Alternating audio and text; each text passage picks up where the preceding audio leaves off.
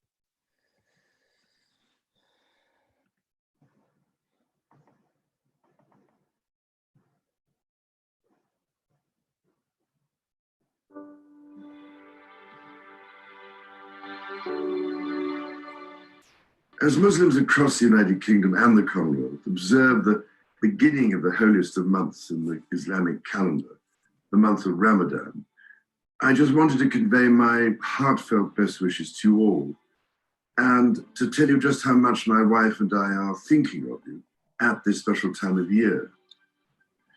In different circumstances, this would have been a joyous time. Mosques would be filling with life. Muslim families would be coming together to share food and prayers, and many of them would be inviting their neighbors.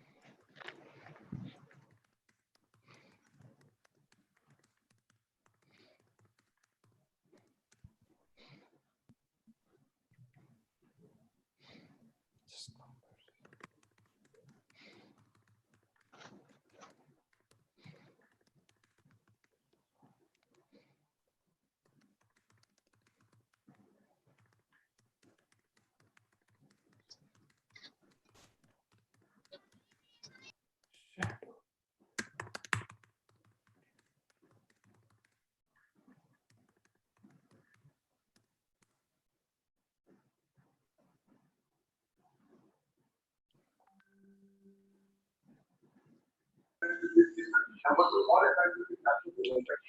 everything is left because the after everything happens so much. So that is first part.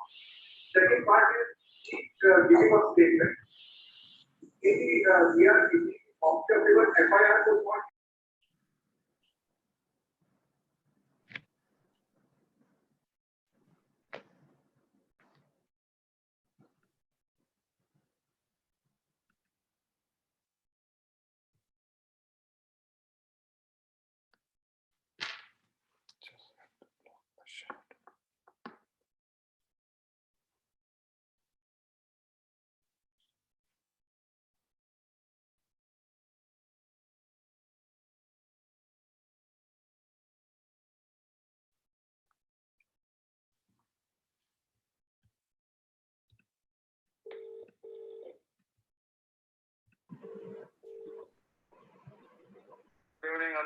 Hi, good evening, sir. कैसे हो? I'm ready.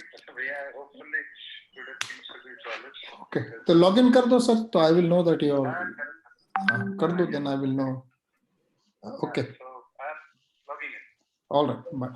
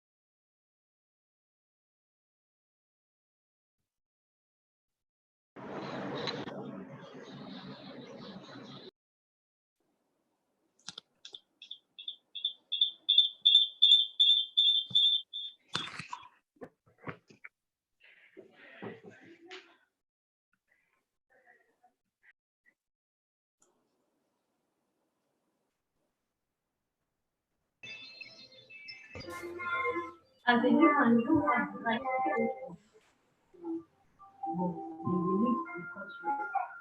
if someone tells you, she's not doing that, I'm sorry.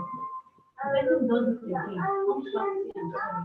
Does it again. It shows something, and that makes you sin. You're still a bad person. And don't just sorry or I'm sorry.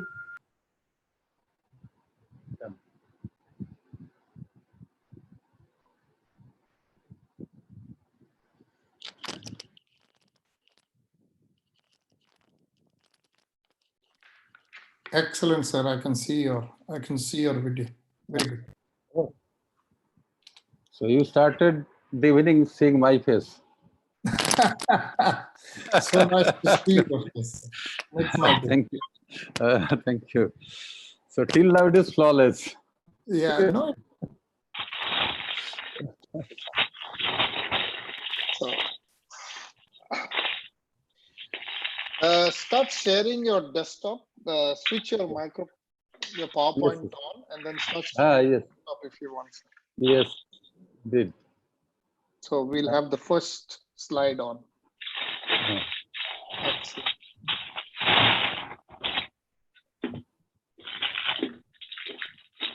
Sensitive information का कुछ है नहीं.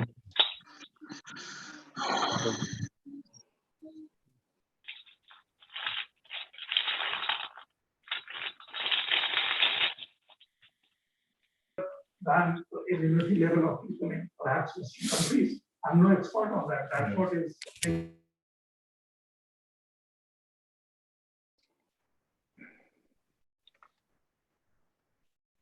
Okay. Excellent. Excellent. Can you do the play slides or no? Yes, yes. I will do it manually. It is set. As soon as you want, I can start. You can do play also, no? Why don't you do full PowerPoint play? You don't want to do that? Yesterday it was in trouble, so I will go like this only. Whatever makes you comfortable, sir. I'm an old man without a lot of courage. No, sir. You're younger than most of us. Is it? At least in your heart, you're younger than most of us. That suggests at least I have got a heart beating. Yeah, that I agree. You've got a big heart. Cardiomegaly. Cardiomegaly, that's what you have, sir. Okay, 1 minute. I'll just get a pen. Yes. I need to write down your questions. I went to do some shopping today. It's like a war zone, sir. Oh, I am telling you, I had to get some stuff for the house, and it's really like a war zone. Everything is terrible. But finally, you got everything. I got everything. Everything is available. That's not a problem in the UK. Everything is available, but it really feels terrible, actually. Times have changed, isn't it? Right. Okay. Very, very bad time across the world. Very difficult times. And I think the world will not be the same, sir. From now onwards, it will never be the same. It will change the world, definitely. Yeah, of course.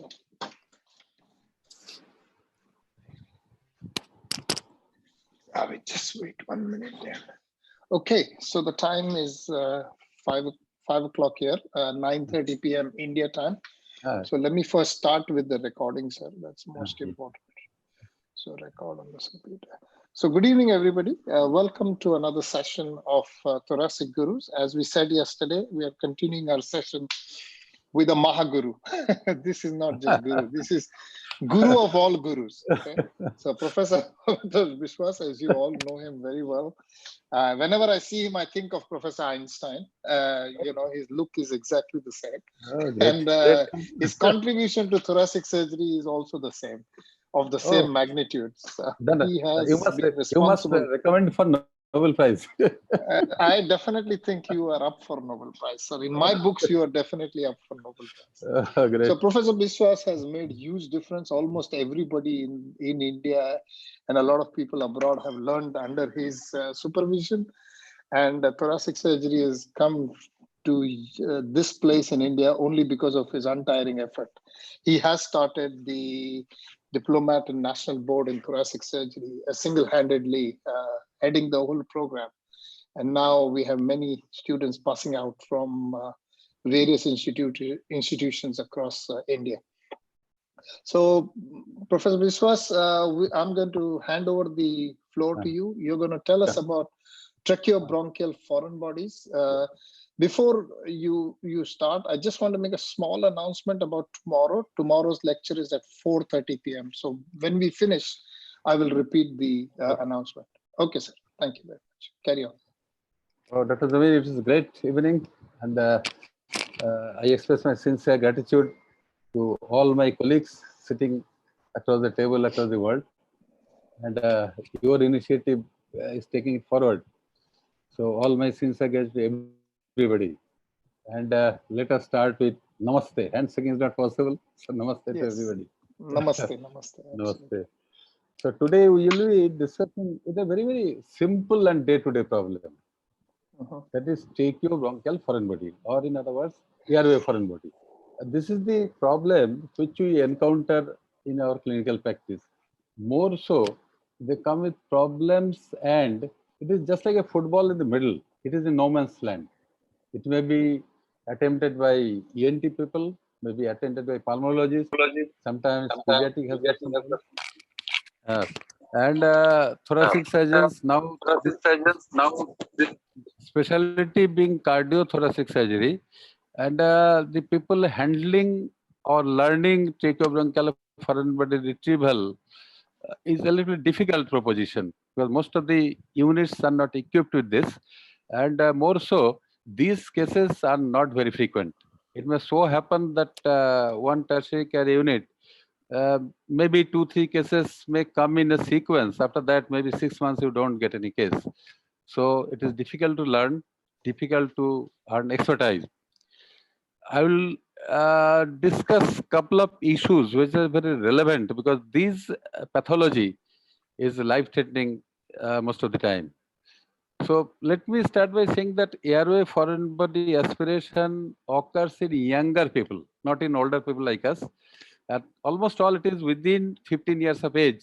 But young kids, when they learn walking, starting taking food, that is between the age of 1 to 3 years, that group of children are most susceptible. So you must be very careful when the children starts walking and little bit going here and there. They are very naughty, very energetic. They want to eat everything, want to handle everything, but don't understand the consequence. That is the group of children. We must be very careful. They're so prone for foreign body inhalation because there are a couple of anatomical things which need to be taken care of. They lack molar teeth, are not in proper order. They are not properly grown. So there's a gap in the distal part, retro part. So food matter can slip there to slip down. And they tend to run and play while keeping food inside mouth. So there is more chance of slipping back. And they may be playing, running, walking with the food inside. And the coordination between swallowing and glottic closure, which is normal physiological coordination, the swallowing tube and air tube don't open together. But this issue may not develop properly in young kids. So what happens? Something which is supposed to enter food tube, that enters the airway by accident. Interestingly, those things which are supposed to be food, they are the most important thing which enters accidentally into the airway. And all of us love peanuts. It is a tasteful thing, readily available in all houses. So children pick up peanut, put in their mouth, and incidentally or accidentally, it enters into airway instead of going into food tube. So after it goes there, it may settle in three places which are the level of anatomical constriction. Entire food tube, there are some areas which are little bit constricted. They are prone to hold foreign body. First area is larynx. It may be at the vocal cord level. It may be inside larynx. Once the matter passes larynx, next is trachea. Trachea is relatively wide. Unless the foreign body is big and some odd in shape, it is not obstructed trachea, but it is the area of holding some foreign body. Majority of the foreign body pass through the trachea and cross the bifurcation of the trachea, and they enter into bronchus. Depending on the size, shape, they enter either the right bronchus or the left bronchus, then into branch and subsequently segmental bronchi, depending on their size and shape, regarding which I'll be discussing a little more in subsequent minutes. So this is see what enter. Every good things enter, every bad things enter, provided it has got right shape and right size to enter here, and children should get attracted to put that inside mouth. So see the all sorts of food. It may be grape, it may be beans, it may be seeds, it may be piece of hot dog, it may be hard food. And very important is peanut with the shell. That is very difficult for anybody. I have come across it n number of times. Whole peanut with the shell. It is quite big in size. It imbibes water. It swells. And it may block the trachea fully to kill the baby also. So this is very dangerous. So I would request all my friends, please preserve peanut in your house very carefully. Keep them away from the reach of young kids. Young children should not have access of peanut unless you are present there. Now let us see. Once it enters the airway, there are a couple of things. Initially, something happens. As soon as it goes, there is some choking sensation, some gasping sensation. If the funnel is quite big, child may look like gasping. If it is little smaller, then some coughing, some choking, some feeling of air obstruction. So it happens at the time when the foreign body enters the airway. So this is the beginning. So when you are sitting in a drawing room or sitting with some food or drink or a cup of tea with your friends or family, children, kids are playing around, suddenly some baby starts coughing or feeling something like choking or gasping. Please don't ignore it. That is a naughty boy. Please let it do. Don't ignore it. It's a warning sign. He might have taken something, has put in his mouth, and it has taken the wrong way. Once this phase goes, there's a phase of asymptomatic period when somehow the foreign body lodges. There's a peaceful coexistence of the foreign body with the area where it is lodging, and the reflexes gradually get relaxed, and there's reduction. Whatever edema initially starts, the edema due to pressure may come a little bit down, and symptom may come down a little bit. And this phase is not permanent, dear friends. It may last for a couple of hours or a couple of days, and sometimes maybe weeks or even months or years. So this phase, the asthmatic phase, is a dangerous phase. We should be able to pick up foreign bodies during this phase. If you allow this phase to go, then we may be in real trouble. Once this phase goes, now we enter the real phase of symptomatic stage, and that is the stage of complication. Most of the foreign body reach us with complication in this stage. So I will touch them one by one at what stage it comes and what to do. When the foreign body reach this stage, because say it is in the trachea or it is in the bronchus, it sits in that area, there is gross edema of this place, there is infection, there is collection of sputum and dirty material, and the resulting downward bronchus, if it is branch bronchus or segmental bronchus, the lung distal to that gradually undergo collapse due to collection of secretion, and there is airway obstruction. So that lung gets consolidated. Finally, it may become atelectatic and abscess, and finally it may enter into a phase of bronchiectasis of destroyed lobe, as we discussed earlier, that this foreign body may be responsible for destroying a portion of the lung. Maybe it is as small as one segment or more than one segment, or sometimes a lobe, or sometimes entire lung, due to a big foreign body sitting in the main bronchus, right or left, producing edema and occluding totally and destroying the whole lung, and patient coming after a long period. Before going into details, let me cite at least one example in this record. Maybe 7 years back, I had to operate a boy of maybe 12, 13 years with a classical bronchiectasis of right lower lobe. Mind it, right lower lobe classical bronchiectasis. As it happens in our country, the patient started with features of pneumonia, treated with antibiotics, went to chest physician, treated with antitubercular, things not settling. He was supposed to be MDR tuberculosis, treated for that, and then had CT. CT showed total occlusion of the right main bronchus, and the lung is bronchiectatic. And history was not suggestive. Only thing was that things started suddenly, not with fever, suddenly choking, respiratory distress, coughing. Old grandmother gave that history. So that was in our mind, but then it was a couple of years old. So after that, we took it to table. Pneumonectomy was done. And when I opened the bronchus after resection, there's a piece of wood. In Bengali, bash means bamboo. A green small piece of bamboo. He was the son, a baby of a farmer. While playing in the field, one bamboo entered the chest, pricked the chest. And all people came. It was broken. The piece was inside. And gradually some local treatment with some jadi booty and malham, and that healed. The small scar, maybe 1 centimeter, it was ignored by everybody. Baby, the boy started coughing, and finally it was ignored, and he was operated almost 10, 12 years after this. So this is, friend, maybe end of foreign body, but finally he had to lose one lung, but he survived. So I thought, let me tell the story to impress you about the seriousness of foreign body. So this is the complication stage. So foreign body lost or impacted in some part, maybe in main bronchus or branch bronchus or segmental bronchus, may lead to lung abscess, atelectasis, pneumonia, and finally bronchiectasis or even destroyed lung.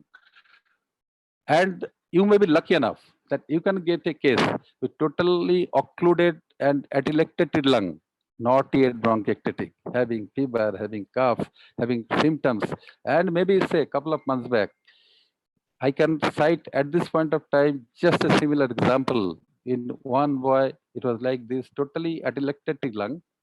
having some fever and cough. It was opened. And as usual practice, I was a little bit more interested about handling bronchi, not to go for state lobectomy, pneumonectomy. And while during my regular practice, lobectomy, pneumonectomy, before making it irreversible, I love to open the bronchus and see inside. Of course, if there is indication. So I opened the bronchus from the back, and it was sucked thoroughly.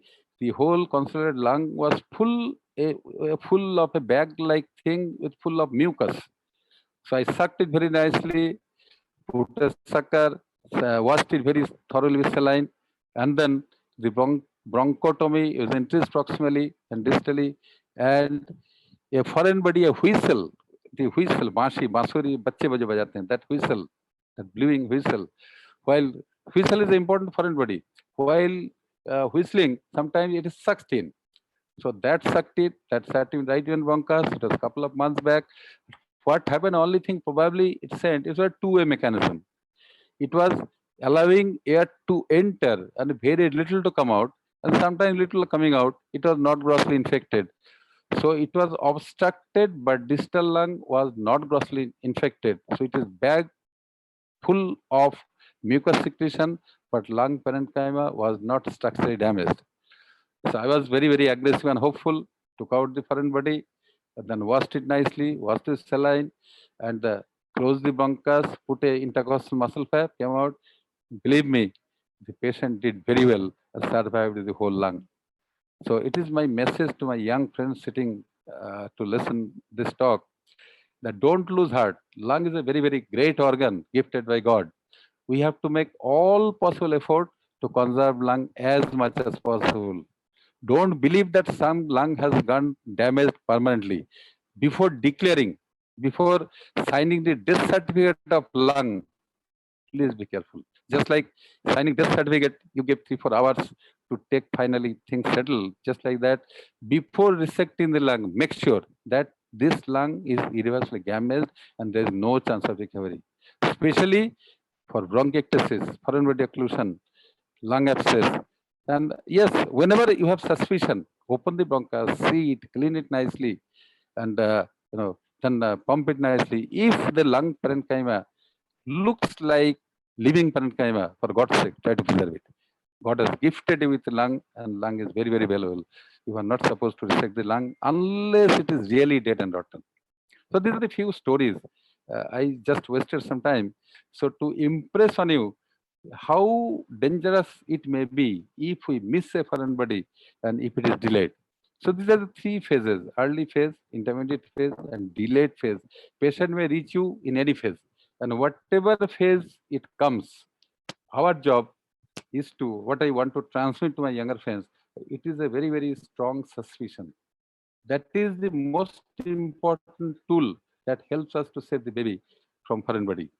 So let us see. As soon as foreign body enters the airway, first sight is the larynx. So laryngeal foreign body usually cause complete or partial obstruction. Sometimes some foreign body enters, it may block at the level of vocal cord. Let me also say, the old man has got some example of telling stories also. I belong to that category. Let me tell one story. One very senior pediatrician, he was Dr. Mehrotra. He was maybe 10-15 years older than me. He was in a pediatric hospital. We have been working together. He is a very, very nice gentleman. One evening, maybe 8:39, I was sitting in my home. I got a phone call from his wife that doctor, my husband, your great friend, he was having badam and chai and halwa, and suddenly he started choking. I'm in real trouble. Can you rush? So he was very close to my house. Immediately I asked him, and next to him, he has got a clinic with him. So he was just struggling for breath. So I was just at loss what to do. I thought he's struggling. So he has got a clinic with this. So I had the advantage to get one laryngoscope. I put one laryngoscope inside mouth, and I could not see the vocal cords. And I had just artery forceps with that. And with that, blindly, I caught hold of something and brought it out, and he settled. And dear friends, you know what is that? It's Tej Patta. tej pata. I don't know what is English. The tej pata, the leafy, leafy thing which you use in the cooking. That tej pata. So that was sitting. He was taking halwa in the evening. Halwa, while preparing halwa, my dear ladies, friends, they know the tej patta is an important ingredient for flavor. And while taking, he was watching India-Pakistan cricket match. That halwa inadvertently went inside, and the tej patta blocked the entry level at the vocal cord. He was just going to die. Very, very fortunate for me that I was there in time and I was able to pick it up. And that was published in the journal of ENT journal, otolaryngology journal. And that was very, very eye-opening lesson. That foreign body may block the introitus of the larynx at the level of vocal cord, or it may pass through the vocal cord, may enter the larynx itself, so like marble or some big foreign body, some whistle. It sits like this. Let me start another story. That is my early life in NRS Medical College. One young boy came with respiratory distress, and I could listen from a distance the whistling. That time I had limited experience of handling foreign bodies. So that whistle was very, very great diagnostic point. So air was going in, and as you know, principle of whistle, you blow air with a narrow hole, and that produces sound. So that whistle was sitting inside the larynx comfortably. So it was taken out and it settled. So these are the very, very different kinds of foreign body that may sit either in the introitus of the larynx, or it may enter into the larynx. So whole of this larynx is a notorious part for harboring foreign body. Once it is in the larynx, the symptoms very clear. You can appreciate if it goes, then it produces a local inflammation that leads to laryngotracheobronchitis. That is some sort of crook, some sort of irritation. And definitely there is some stridor, feeling of stridor, like abnormal, high-pitched musical breathing sound. Definitely there is some cough, maybe some hoarseness because the vocal cord is not functioning properly. Definitely some degree of dyspnea. And since it is next to the foot tube, so there is painful swallowing, and sometimes the patient may not be able to speak. These are the varieties of symptoms that are suggestive. Those symptoms suggestive of having somebody in the larynx. So this is the beginning. If it is in the larynx, majority can be taken, it comes maybe coughed out automatically, or it may be taken out by simple maneuver of a forceps putting inside with the help of laryngoscope. These foreign bodies may be diagnosed. You can take a X-ray quickly or a fluoroscopy. If it is metallic foreign body, it is visible. But if it is tej patta or something else, it may not be visible. So these are the maneuvers. Either it is laryngoscopy, you can take it out. Sometimes it is inside the larynx, the marble. I had an experience of removing one marble. You are unable to take it out.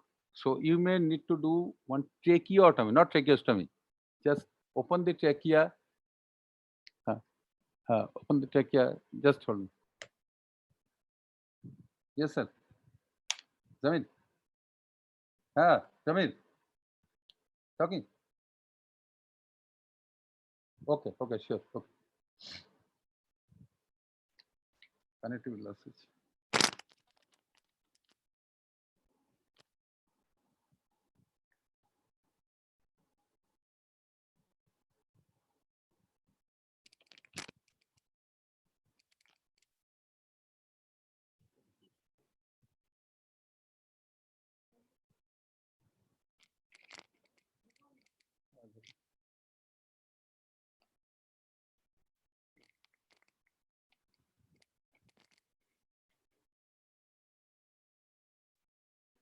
এই phone করে বললো connectivity loss হয়েছে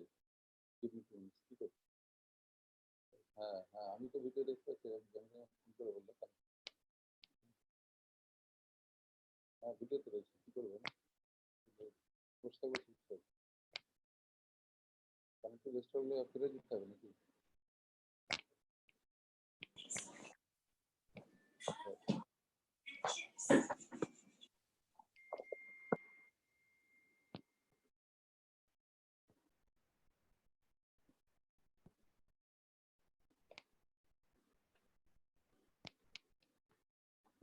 hello Hello. Hello.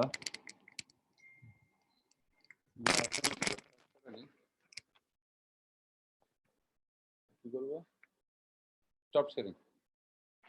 Oh, click on button. Stop sharing.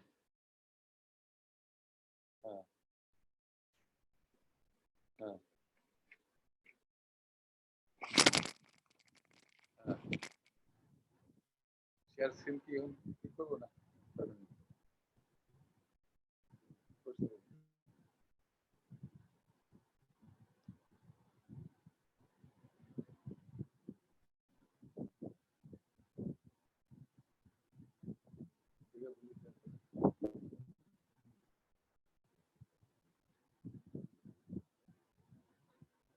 হ্যাঁ, ও phone করে বললো যে বাস connect.